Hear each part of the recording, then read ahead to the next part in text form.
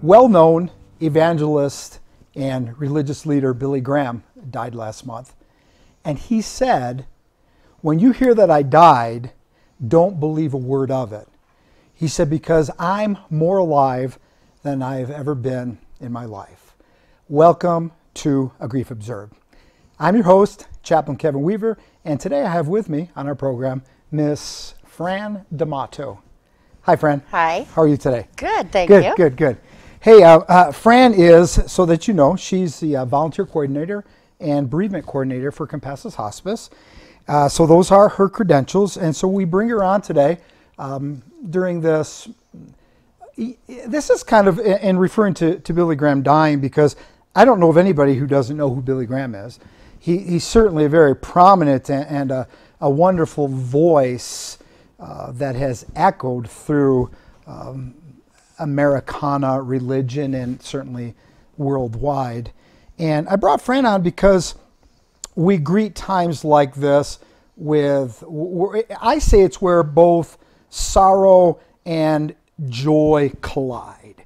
We're sorrowful for his passing, but like him, we're joyful because he absolutely knew where he's going, and I'm certain that he's there. And Fran gave me a memo the other day, and this is what I want to deal with and why she's here with us. She's talking about aha moments. And she said aha moments are not forced or always joyous and explosive occasions. Many times they are subtle, quiet, and with a settled satisfaction that brings whispered gifts of personal knowledge about life's lessons. So if we can look back at this personality, the personality of Billy Graham, he certainly brought to America and the world many life lessons and certainly many aha moments. So let's use this to talk about those aha moments.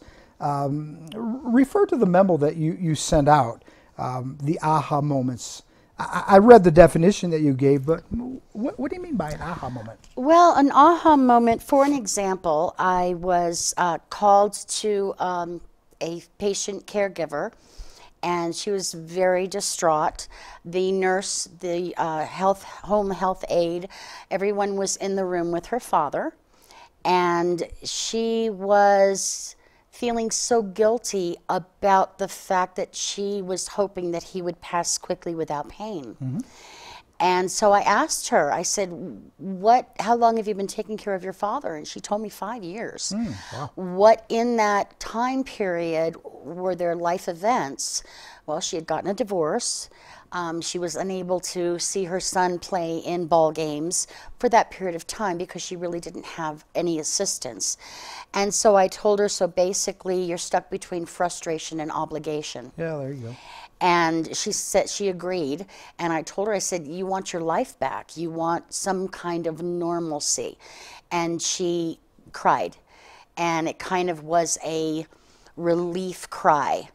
And so after we had got done talking for a while, I said my goodbyes and left, and 15 minutes later her father passed away. Wow. So I was so very grateful to give her that opportunity to accept her feelings as far as her wanting her father to pass peacefully. And when it happened, that relief of, and both joy and sorrow mm-hmm. and relief all came to pass in that instant. And it was, that was my aha moment. This is why I do what I do. Yeah, well, so that aha moment, you're right. It's like when something becomes a reality, like the light bulb turns on. It's like, I get it. Yep. Yeah, and you know that's what we want to bring to the viewers today, and helping you in your grief journey, or perhaps helping others. These moments, I mean, they. Well, let me ask you. I mean, and this is your memo. Do you feel like they come mystically, or are they something that we've got to really hunt and search for? Is it something we got to try to conjure, or are they there? Maybe we need to just be more perceptive and open. I think, you know what, I think it's both, actually. There are so many of the people that I work with that are nurses, CNAs, chaplains, everyone. And when they speak to the grieving family or pre-bereavement, which basically is coming to that point where their loved one is getting ready to go on their final journey. Sure. I think that whatever you do that helps them, later on you have that aha moment that says, I helped this person get through this. And this is, it makes you feel good. And that's where that aha moment comes in. So much like maybe going back and reviewing an internal journal.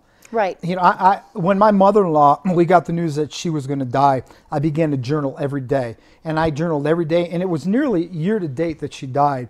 And I know what you're saying. I go back to that journal many times, and it's like, I get this here, so I know exactly what you're saying. So it's that internal thing that just kind of comes forward where you go, okay, I really do. I get this. Maybe I understand this life message, or I'm finding a little meaning in what's happening, what's going on. And I think that the one thing that is the most fear that people feel during this period of time is, what am I going to do now? What I've been taking care of my mom or my dad for this period of time. Now what do I do? Or my wife or my husband. And I think that there was a lady that wrote, her name is Helani Felsham, and she was the founder of the Thought Climber. And basically it's kind of like a different insights into grief. And what she said is, as if death scatters countless pieces of our life that we once held together in the seemingly completing form of a jigsaw puzzle. So you're basically sitting there sorting out the different shapes and sizes of these relationships in order to try to put them back to place, but they don't fit anymore because there's pieces missing. So how do you not replace those pieces, but make the other pieces fit as best as possible? Make them fit. Yeah, I've often heard it say, people will refer to it as discovering a new normal, discovering a new pattern, new rhythm Right. for your life. And, you know, actually, when I think in terms of a Billy Graham, you know, this really is a huge loss for, it's kind of like losing a Mark Twain. You know, those personalities that have defined America, or what it is to be an American over the years, and, you know, how do we replace, or not so much replace, but you're right, how do we now fit or make that adjustment? Right, exactly. And it's very difficult for some who, in fact, don't know how to do that, and reaching out to grief groups. And the one thing that is actually an article that is going to be in this Friday, I believe this Friday's paper, is basically, I look at it in grief terms as the River Jordan. River Jordan runs through the Dead Sea, and it also runs through in between the Sea of Galilee. The difference between the two is the Dead Sea receives, but there's never any flow. Exactly. The Sea of Galilee has tributaries that flow in and flow out. Therefore, it's clean and it's full of life. The Dead Sea has no life. Yeah, I read your article. You gave it to me, and I must say it's well written. I even thought, Fran didn't really write this, but I'm certain you did. And I didn't realize this. The Dead Sea, the water flows in, none flows out. Even the tributaries seen to the east of the Dead Sea feed into the Dead Sea. So there's the potential for the Dead Sea to have an outlet, but some way, somehow, those tributaries just turn back within. Exactly. I guess that's really kind of dangerous. And it is, because you wind up with what they call the second death, and that is your own life. Instead of trying to find that new normal, you don't have any outflow. And that's part of what the grief groups do. And there are several. that are in the neighborhoods in Show Low and in Lakeside and all over, and to find that grief group and to start to share. And it doesn't necessarily have to be a grief group. It can be family members. It can be your friend. Just try to flow that out and share it, because when you do that, it gives you a sense of relief, of that ability to exhale. Right. And then look at those puzzle pieces and try to fit them as best together again. So part of the grief recovery then is finding a way to give of yourself, and that almost seems like an oxymoron, because you're at a place where you need to receive. At least you feel like you do. But that is kind of the Dead Sea phenomenon. It just keeps receiving, and it has become a very stagnant place. So with very limited time now remaining, one of the ideas, and the other reason that you're here is because of the second hat that you wear. A way to give of yourself is, ta-da, aha! Volunteer. Volunteer! Volunteer. What a concept. And and it doesn't necessarily have to be sitting next to someone holding their hand while they take their last breath. Absolutely not. I'm talking about a lady who would love for someone to come on Fridays to play Yahtzee with her. There you go. They're lonely, and they just need a little emotional support, or they have a caregiver that really needs to go out and get groceries, and they just need someone to sit with mom for a couple of hours. This is a huge help. Well, and Fran, it's not just volunteering for those who are facing the dying and death portion of their lives. I know that Shasta over on Compassion Speaks last month, or I believe it's this month, at any rate, she brought on the Shola Little League. Go volunteer to be an umpire. Absolutely. Volunteer for the library. Volunteer for your church. Take another bite of life. Exactly. And I think that's important. Yeah, because when you do that, you're right. It will. I love the expression "aha." It's totally like I absolutely get this. Right, and the families that you work with, as far as the grief part of it, or the people that are in a hospice situation, they know that you understand what they're going through. Not the person who's passing, but the family who is going with them on this journey is so lost. And for the experience that you may have, shows them that compassion, and they appreciate it because they know that you've been in that same spot. Excellent. So a healthy part of grief recovery, or the journey, as beautifully depicted in this article, and look for it in the newspaper. It's brief, but it is well written. Cut it out and keep it, put placard on the refrigerator and refer to it, because if you want to be healthy, you certainly need to receive during your times of loss, but you also have to be willing to give. Ms. Fran, our time is up. Thanks for being here today. Thank you. For you who are watching, we'll see you back here in just a moment.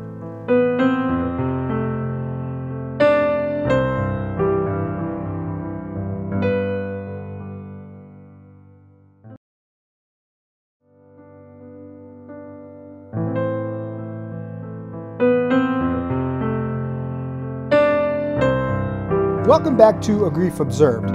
Visiting with us now is Mr. Phil Mifflin. Phil is an independent contractor for the Neptune Society.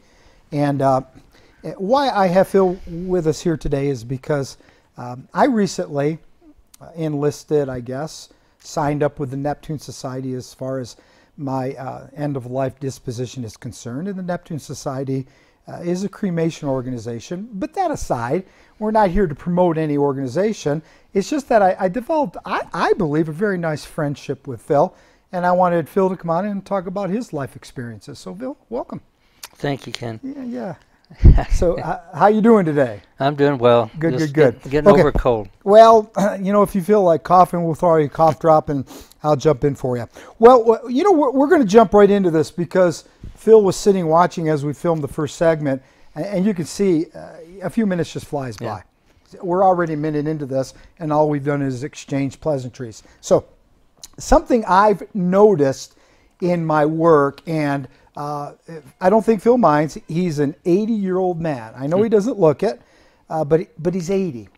And in my work as a hospice chaplain, I've discovered, and so I want Phil to validate or to dispel this myth, that many people your age, Phil, seem to be without any type of resource or preparation.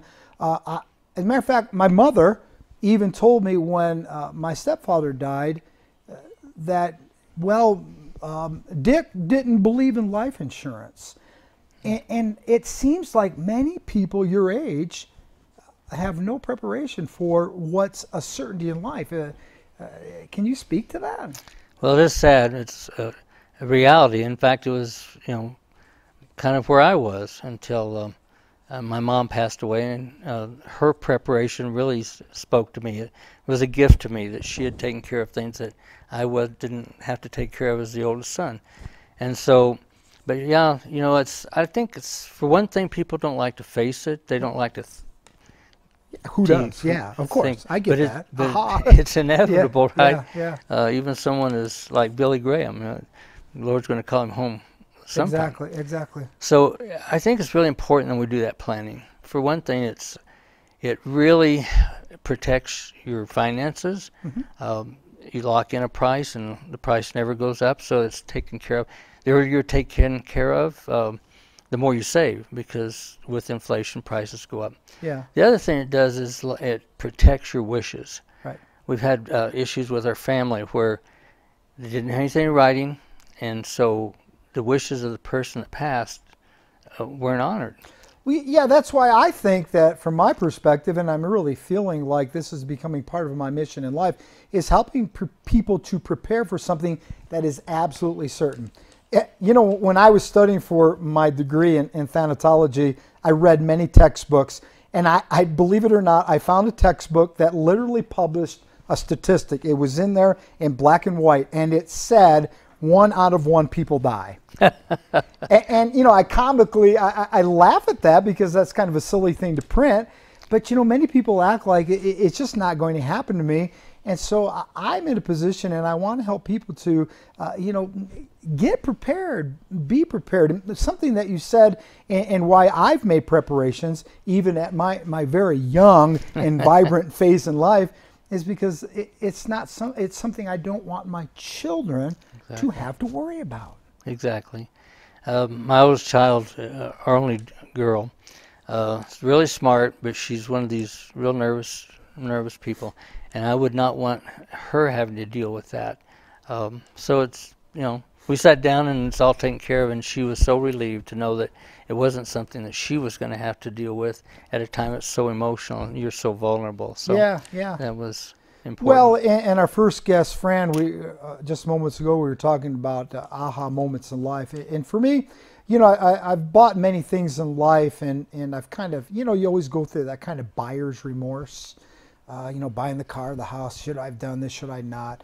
But when I made my arrangements for my final disposition, it was like an aha moment. I felt a tremendous sense of relief knowing that was cared for, and that now my children, bless their hearts, they can just cry over me, laugh over me, whatever it is they're going to do when I'm not here, but they're not going to have to worry about how to pay for me. Exactly. And so folks, my encouragement is to find a way to be prepared.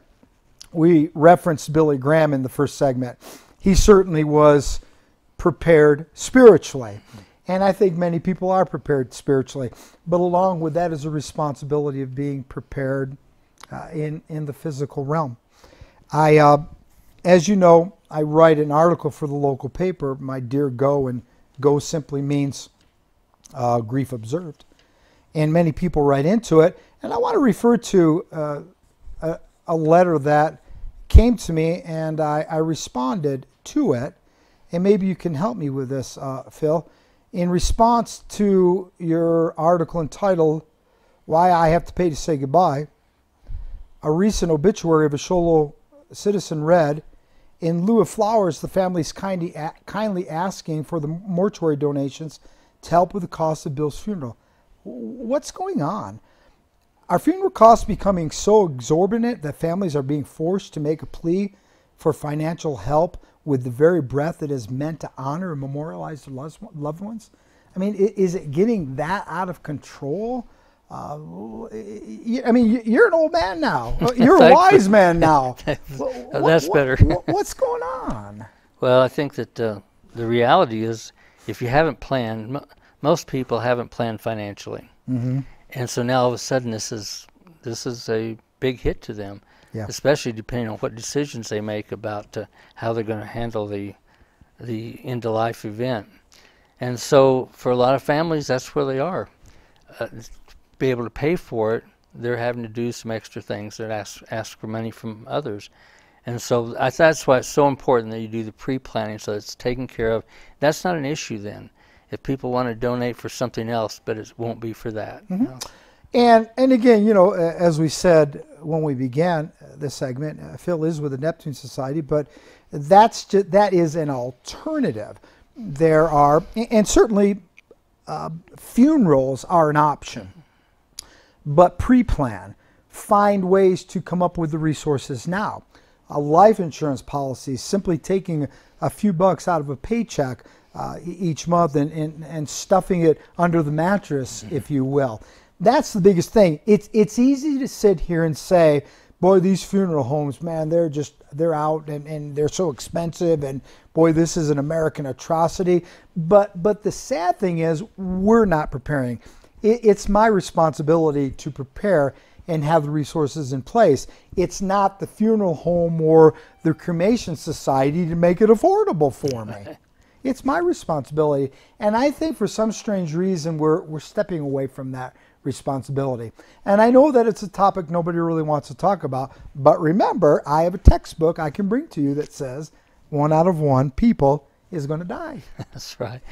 And we talk a lot too about you never know when, but you also never know where you're going to be. Exactly. So having a plan in place is critical. It's important to the family. Well, pre-play plans, boy, say that real fast 3 times. They are critical because, you know, it's difficult to lose a loved one, but it's even more difficult when there's no plan in place. And it is about having a plan. So I encourage you folks who are watching. I don't know what's the word when we're talking about the people who watch our program. What is that word? Help me, cameraman. It's audience. Huh? Audience. Well, yeah. Well, there's a name for it, but what audience? But share with your children, your grandchildren. Help them to be prepared. I don't know if it would be strange we start college funds. Why not start a little funeral fund, a cremation fund for our families? You know, we kind of laugh and we dance around this stuff very cautiously because it is difficult, but it is a wonderful gift that I can give to my family. Having this done free and clear, it's over. Don't have to worry about it. Right. I think there's stages in our lives where our planning and our finances are going towards college education or whatever. But a lot of times we get past there and we don't think about these kinds of issues to plan for. We're putting money away for retirement. Now we hopefully have that done. Yeah. There's a point in there where we need to be planning for the end of all of that. Exactly. For your family. So. And the word I was looking for was demographic. Oh, okay. Yeah, I'm not sure who the demographics are. Yeah, at any rate, the planning is so vitally important. I guess we just don't want to be caught unawares or without it. And for me also, I want to take control as much as I can of what this looks like. And, you know, people go out and spend lots of money on attorneys to come up with wills, and that's okay. But there's also a document which, if folks want to write in, if they want to call in, if they want to text or email me, I can help you get a copy of it. It's called the 5 Wishes. And it's a very nice document where you just sit down and you fill out what you want the end to look like. And you get a couple people to witness it, go get it notarized. It's a legal and binding document. I don't know, maybe I'm weird, Phil, but I find such satisfaction in knowing that I've taken care of this kind of business in my life.